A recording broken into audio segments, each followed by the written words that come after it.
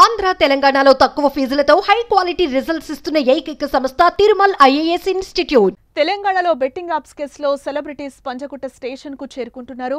Betting apps కేసులో ఉదయం Panjagutta police station కు యాంకర్ విష్ణుప్రియ రాగా ఆ తర్వాత బుల్లితెర నటి రీతూ చౌదరి కూడా హాజరైంది. అయితే ఈ కేసులో నిన్ననే హాజరు కావాల్సిండగా నేడు పంజగుట్ట పోలీసుల ముందు హాజరైంది రీతూ చౌదరి.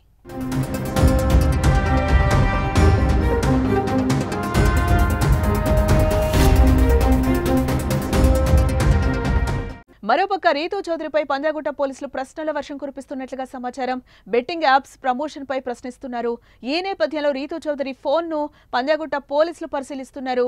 ఎన్ని యాడ్స్ చేశారు, ఎంత డబ్బు వచ్చింది, ఆ డబ్బును ఏం చేశారన్న దానిపై ప్రశ్నలు పోలీసులు అడుగుతున్నట్లుగా తెలుస్తోంది.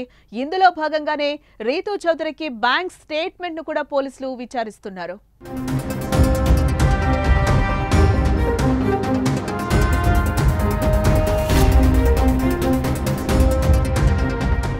ఈ కేసులో ఇప్పటికే యాంకర్ విష్ణుప్రియను పోలీసులు అన్ని కోణాల్లో విచారించడం జరిగింది. దీంతో ఆమె నిజం ఒప్పుకుంది. ఒక్కో వీడియోకు 90,000 రూపాయలు తీసుకున్నట్లుగా మొత్తంగా 15 వీడియోలను ప్రమోట్ చేసినట్లుగా విచారణలో వెల్లడించింది. దీంతో రీతూ చౌదరి ఎన్ని వీడియోలు చేసింది, ఒక్కో వీడియోకు ఆమె ఎంత మొత్తంలో వసూలు చేసింది అనే కోణంలో పోలీసులు రీతూ చౌదరిని విచారిస్తున్నారు.